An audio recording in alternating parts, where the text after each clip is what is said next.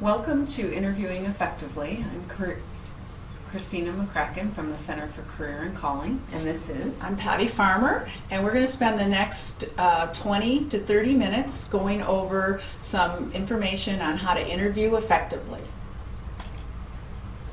Preparation is the key to success. Know yourself. It's important to know yourself as well as know the organization and the position. You want to get a job description. It's also important to practice, practice, practice. Know what time the interview is and make sure you arrive with a couple of minutes so that you're not rushed. Know where it is. Dress appropriately. If you have any questions about this, you can ask the person who set up your interview.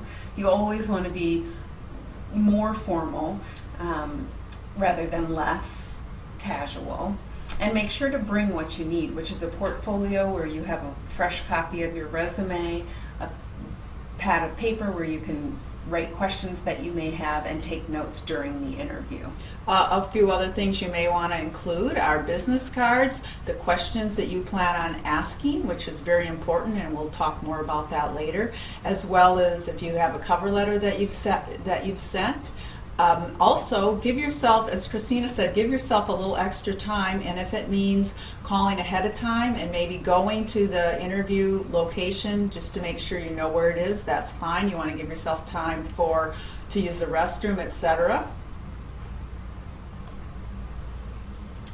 Showtime. When you show up and meet who you are first meeting with, make sure that you have strong eye contact, a nice firm handshake, so web to web, you want it to be nice and firm while you're looking the person in the eye. Listen attentively to what he or she asks you. Answer the questions, obviously. Make sure that you have informed questions, and we recommend having about 3 to 4. We'll talk in more detail about that a little bit later on, but during the interview process sometimes your questions are answered, so it's nice to have a few extra. And then gracefully close. And a couple more things about this process. If someone asks you a question that you don't have the answer at the tip of your tongue, which is probably pretty common, it's okay to stop and pause and comment, gee, that's a good question. Let me take a couple moments to think about that. It's also perfectly fine to ask for clarification.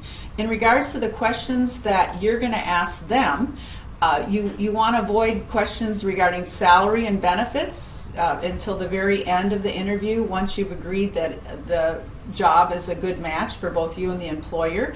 Also asking questions that you can ask are regarding the culture, what's it like to work at that specific company, what would make a person successful in the specific role, and you may even want to ask the recruiter or the hiring manager why they enjoy working at the company. Great.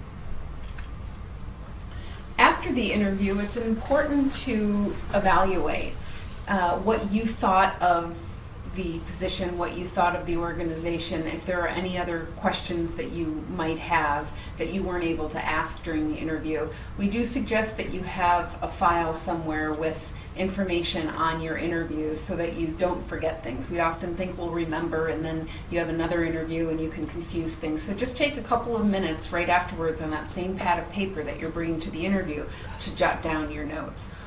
Always make sure to send a thank you note. We recommend that you send an email within 24 hours and a handwritten note within 48. A handwritten is nice because not everyone does it. And it's also nice to include something specific that either you talked about or the person who was hiring you mentioned or was interested in. So thanking them for their time, but also saying, I found an article that I thought you might find interesting, something like that. Or perhaps you failed to share some specific information about yourself that's relevant to the position. You may want to include that in your thank you note. And again, it's another opportunity for them to see your writing skills, so you want to make sure that it is grammatical and error-free.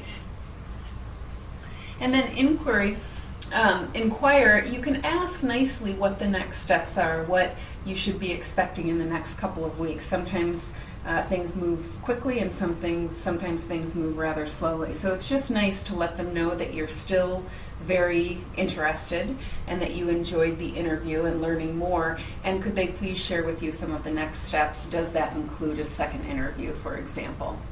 Yeah, again, your goal is to know, to get a second interview and to actually get a job offer. And then at that time you can decide if it's a good fit for you and make a decision. But you always want to go for the job offer, which would include going for the second interview. So what is the interviewer looking for? The ability to communicate and intelligence, very important.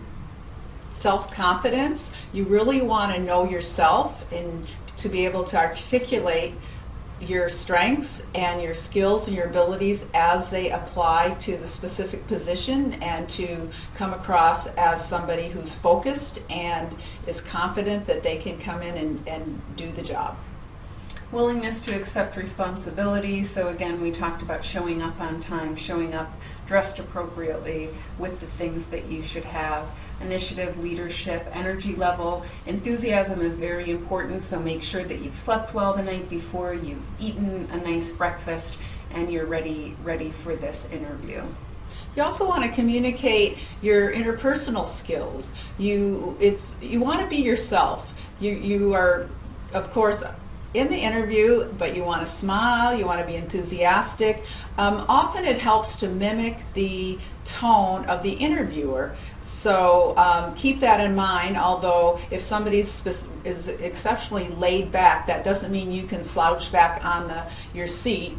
You still want to be at attention, but again, you want to come across as natural and confident and with a strong energy level based on who you are.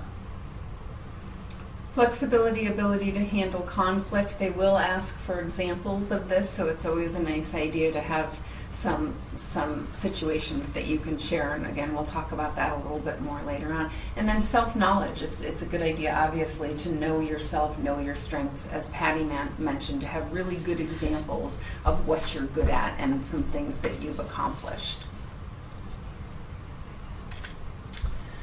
So winning the job interview.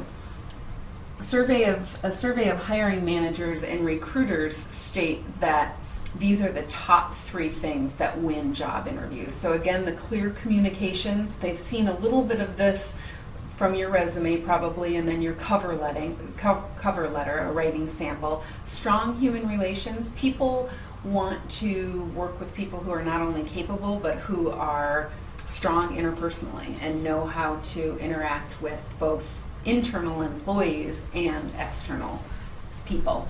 I've heard hiring managers say that they'd much rather hire somebody who has good human relations skills and communicates the ability to get along with coworkers and clients, more so than someone who perhaps has stronger qualifications but has lesser human relations skills. Right. Easier to learn the skill set that a lot of jobs require, a little more difficult to teach those strong human relations skills. And then enthusiasm for the job. We can't emphasize this enough. People who are hiring want to hire people who have a lot of energy and a lot of passion or interest in what they're doing, what they're selling, what they're contributing to. So show your enthusiasm. Interviewing for jobs can be stressful. It's a hard situation for many people. Make sure that you smile and make sure that some of the stories that you have prepared to articulate your skills and strengths show a little bit of your personality. Also, pay attention. Often we have the way we talk to our peers and friends isn't necessarily the way you want to come across in an interview. So watch things like and like, using well, like that, or, and I know that some slang that maybe is perfectly okay with your peers, but you may be talking to someone who's a different generation, and so you want to, again, be aware of how you communicate. So some key questions to prepare for. Tell me about yourself. Why do you want to work here? What's wrong with you anyway? And what are your salary expectations? The first question, tell me about yourself, is probably the most important question. And students and people sometimes misunderstand this, thinking that the person's asking, where they go to school or where they grew up or how many siblings they have. And really, it's a question that is asking, why should I hire you? What value are you going to add to our organization? So it's an important question to have an answer to that summarizes your experience, your strengths, and your skills that you can bring to this specific job position. It's okay to tell a little bit about your background and that you went to SPU and what your major was, but you want to quickly go into, again, what are the relevant skills and background and strengths as they apply to the position for which you're interviewing for. And that goes into, that translates also into being able to answer the question, why do you want to work here? The other thing to include in why do you want to work here is let the person know that you've done your research, that you've either talked to someone within the company, you've done research online, you've read articles about the organization. Let them know that you know what they do and what they do well. So this is an opportunity to show that you've done your homework. What's wrong with you anyway? This is often where you may be asked to state a weakness. Now, obviously, we all have weaknesses, but they're not things that we necessarily want to share with an employer, but you need to be prepared to answer that question. And the way we recommend it is state a legitimate weakness that you've actually worked on and turned into a strength. An example I like to use is a student who was very fearful of speaking in front of the public.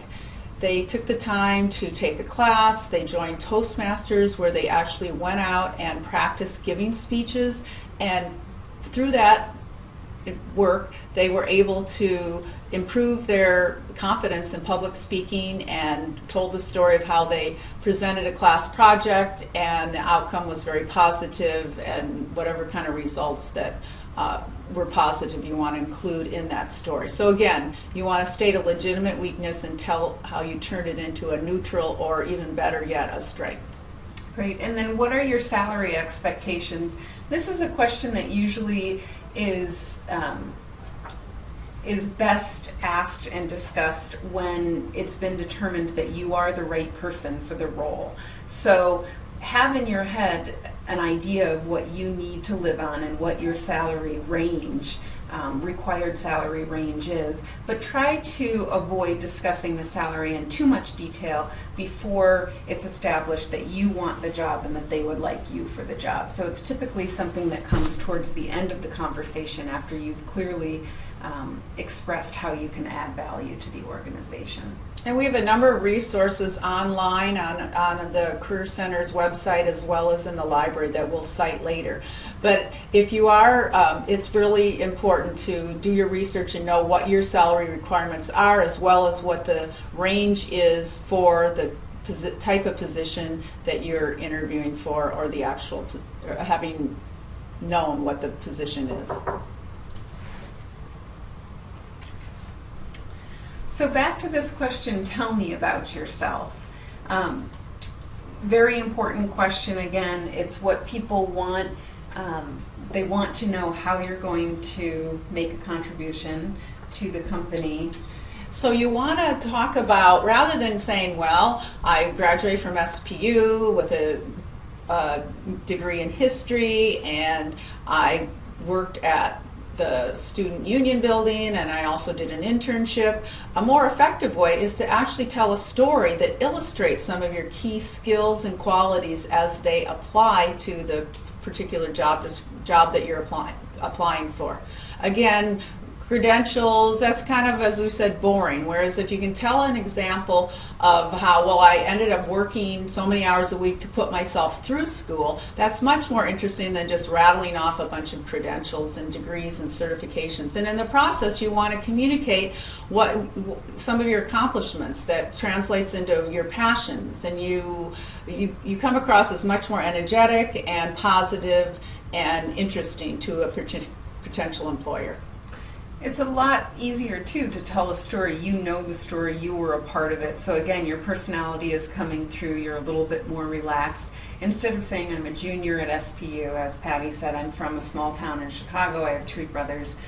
It's much more excuse me, exciting to the listener say I'm at SPU. Last year I had the opportunity to work on a project. During that project I realized I was really good at leading other people, and so on and so forth. So it's something that you're much more at ease, and it's much more interesting for the person that you're talking to. A little bit more about tell me about yourself. Tell a brief story. Keep it pretty short. Just again highlight your strengths and skills. As we said, stories naturally convey enthusiasm, and you're more at ease. And then when you're telling this brief story, break it down into 3 parts. Talk about the challenge you faced or the situation you were in, what actions you took specifically. So even if you were working on a group project, talk about what you did specifically. That's what they're interested in at this time. And then don't forget to include the results you produced or the outcome of the challenge. You want to practice these stories. Don't think you can just walk in and have these stories roll off your tongue. You want to take the time, you want to be organized, you want to rehearse them, as I said, and you want to actually practice and rehearse them until they actually sound unrehearsed. And also when telling your stories, again, you want to tell about the positive stories, and practice enough that you'll come across as relaxed, you'll be smiling, you'll come over as having good communication skills, you'll be more engaging, and communicate the fact that you know yourself. Most hiring managers and recruiters will ask behavioral interview questions, believing that past experience reflects. So a good predictor of future behavior, right. Performance. So some examples, we have some examples listed here. Discuss a time when your integrity was challenged. So again, you're going to include how you handled the situation, state the outcome, and then you can even add that looking back now with more knowledge or more experience, you might have done some other things differently. Also, you'd want to, even though it was part of a group, perhaps it was part of a group project, the employer wants to know what your role is. So rather than saying we, you want to talk about yourself using I. Great. And then another example of a question is, tell me about a group project that was difficult. So even though we're suggesting that you keep these stories short, it's nice that you keep them very specific. And again, don't forget to include the outcome. Including the results and the outcome, that makes it a much more powerful, memorable story. And this goes even for your weaknesses or areas of improvement. As Patty had mentioned, if the outcome wasn't a good one, the actual outcome, there were lessons that were learned, and there were things that now you won't do because of that. So that can be used in that type of question as well. Here's some more examples of questions that you should prepare for. Could you give me an example of when you challenged a policy? Now, perhaps you don't have a specific example that is specific to challenging a policy, but if you don't, you may want to come up with something that's related. Maybe you want to talk about a class where there was an issue or an organization that you were in. Tell about a time when you had to meet a short deadline.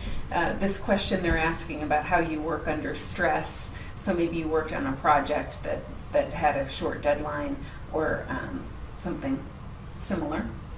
Discuss a recent experience when you had a conflict with a colleague.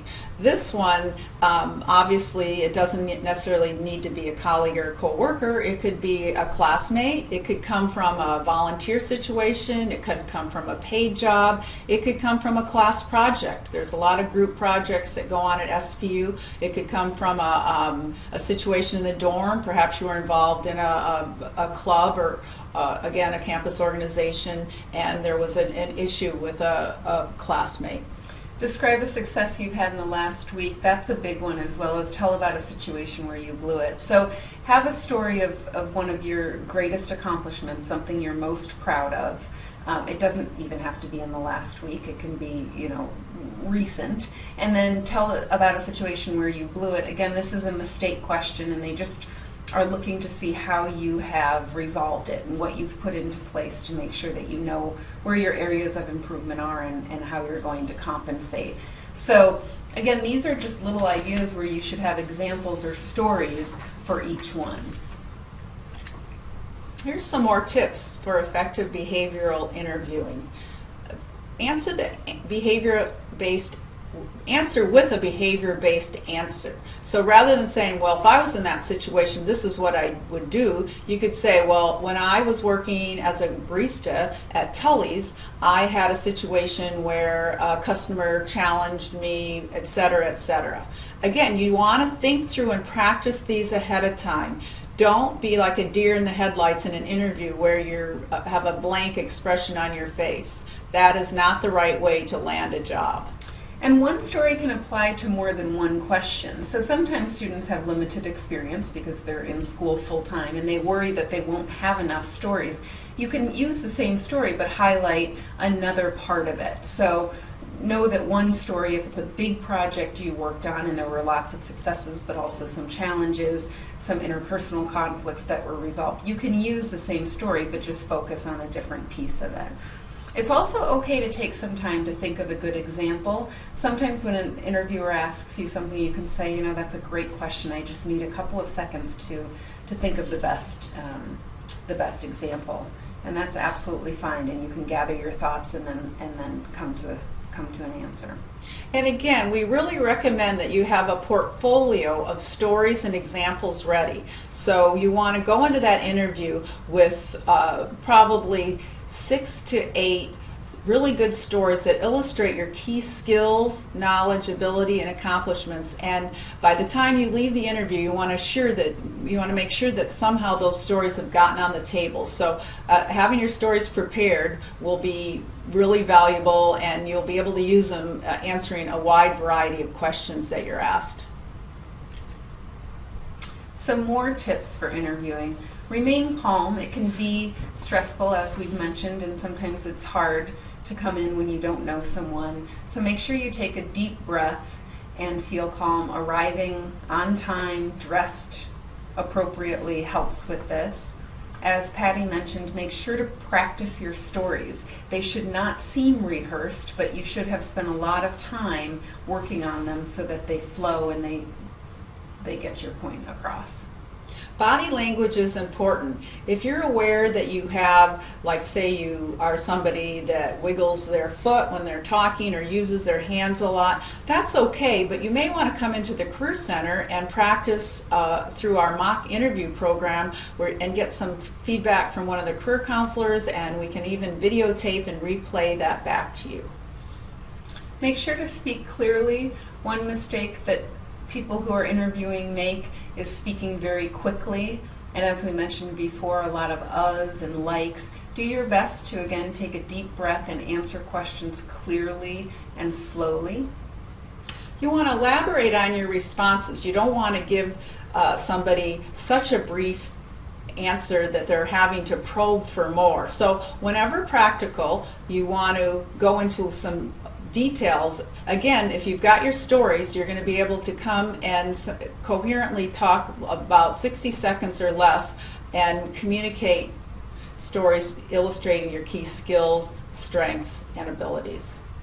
And usually the interviewer will ask if they need clarification or they'd like more information, but you can always ask, was that enough, or would you like me to give you another example? So don't hesitate to be the initiator. If you have questions of your own, or if the person's looking like they need more information, you can say, would you like me to provide another example? And again, focus consistently on your positive, strong points as you prepare and present your stories.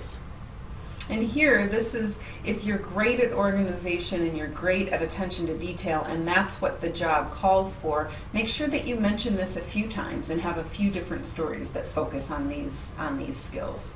And as we talked about earlier, be prepared with pertinent questions. Often I say to students, the questions that you ask are almost or as important as the questions that are asked of you. So you want your questions to reflect that you've done some research and that you've given some thought to the particular employer you're interviewing with. You don't want to ask questions that you could find out the answers online. You want to go research the company and come up with questions based on the information that's presented online. Again, also asking questions of the interviewer, as well as questions about the company culture, about projects you'd be working on. Ask them to describe what success would look like for the person who is hired in the position in 6 months, those types of questions. And people do like sharing about themselves and sharing about the company, especially if they like working there. So asking what is it that you like most about working at this company is a nice question to ask. We have gone and included a YouTube video on what not to do. So please pause on this presentation to view the following YouTube link for a kind of fun illustration on how not to interview.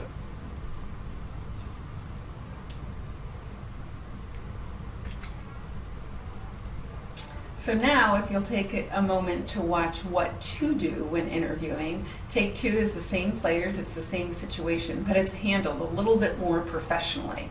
Please take note of the differences between 1 and 2. Another thing that you need to prepare for are inappropriate questions. Do I have to answer that? An example of those could be something about your marital status. Do you have a family? Are you planning to have a family? Something about your religious affiliation, or perhaps your ethnic origin.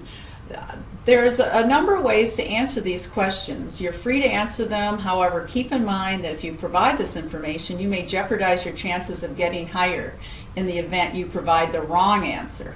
Another option is you can refuse to answer the question. Sometimes that's awkward, depending on how your refusal is phrased. You may risk risk appearing uncooperative or confrontational and losing the job. So what we recommend is to kind of examine what's the intent of the question and respond with an answer as it might apply to the job. So for instance, if the interview asks, are you a U.S. citizen, or what country are your parents from? You've been asked an improper question, and you could respond with, well, if you're concerned about me being authorized to work in the U.S., I am authorized. I have a visa, or I'm a citizen of the United States, whatever. Similarly, if the interviewer asks, who's going to take care of your children when you have to travel for the job, your answer could be, I've got really good child care in place, and it won't be a problem. I can adapt to the work schedule as the job requires. So keep in mind that the interviewer may not even know that they are asking an illegal question, but that these are questions you need to answer because they are illegal. So there's, again, an example on the interviewing guide found on our website at the Center for Career and Calling that will give you a lot more details. And there's actually even the link below on this PowerPoint that goes into much more detail on handling improper interview questions. So as we mentioned earlier, there's a number of resources available at the Career Center here at SPU. A book that we really like that you're able to check out is called Interview Power by Tom Washington, and he does a great job of helping you develop interesting, effective, memorable answers to questions and to develop your stories. Another book we recommend is Negotiating Your Salary, How to Make $1,000 a Minute. That's by Jack Chapman. It's a fun read, and it talks a little bit more in detail about salary and how that process goes. Another book that's available for checkout is called Do This, Get Hired, and it's by a professional college recruiter, and he does a really great job in really simple, plain, easy to read format on tips on interviewing, and also some additional information on questions to ask and how to tell your stories, resumes, etc. Very short and easy to read, so a good book. And then we've got flashcards. It's called an Interview Survival Kit, and it provides flashcards with over 50 tips and strategies. We've had students use these, and they've commented that they've been very helpful. You can get a friend, and there's question on one end, and then on the back side is strategies for how to answer the specific questions. Again, practice, practice, practice.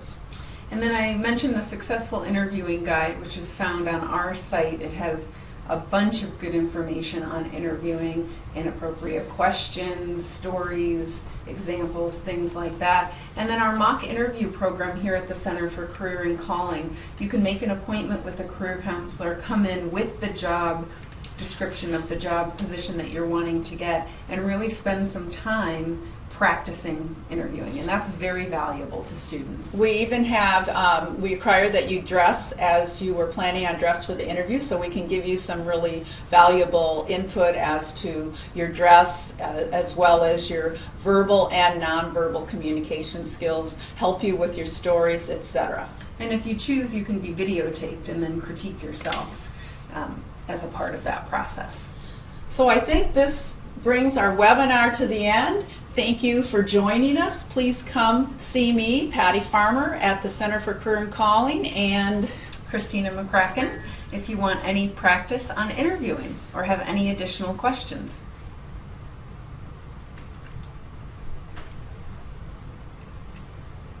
I hope we recorded it.